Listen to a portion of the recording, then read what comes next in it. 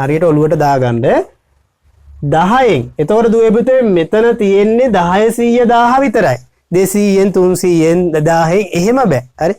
10 100 1000 පමණයි. ඉතින් 10න් ගුණ කරනවා නම් අන්න දශම තිත මෙන්න දශම තිත තියෙන තැනින් එක ස්ථානයක් දකුණු පැත්තට පනිනවා. එහෙනම් මෙතන ඉඳලා මෙතෙන්ට පනිනවා.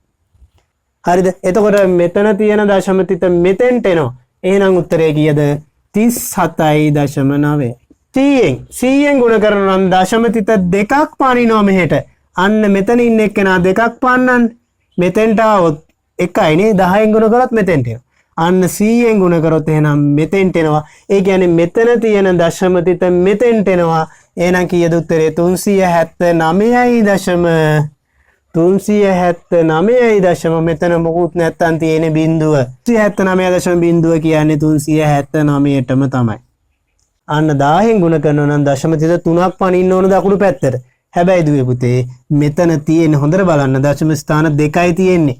3ක් පන්නන්න විදියක් නැහැ. ඕනෑම දශම සංඛ්‍යාවක මේ තියෙන අවසාන ඉලක්කයෙන් මේ පැත්තේ බිංදු තියෙන්නේ ඕන තරම් බිංදු දාගන්න පුළුවන් වටිනාකමක් නැහැ. මේ පැත්තෙන් දශම සංඛ්‍යාව වලින් මේ පැත්තට බිංදු දාන්න පුළුවන්. පූර්ණ සංඛ්‍යාව මේ පැත්තට ඕන තරම් බිංදු දාගන්න පුළුවන්. එහෙනම් මම මේ පැත්තට එක බිංදුවක් දාගන්න ස්ථාන 3ක් පනින්න ඕන හින්දා ඔන්න එක බිංදුවක් දාගත්තා. 10න් ගුණ කරනවා කියන්නේ ස්ථාන 3ක් පන්නන්න. හරි. එහෙනම් මෙතන ඉඳලා 3ක් පන්නමු. 1යි 2යි 3යි. මෙන්න මෙතෙන්ට එනවා. මෙතන ඉන්න දශම තිත මෙතෙන්ට එනවා. ඒ කියන්නේ කීයද? 3790.0යි. මෙතන මොකුත් නැත්තම් බිංදුව. ඒ කියන්නේ උත්තරේ 3790ටම තමයි.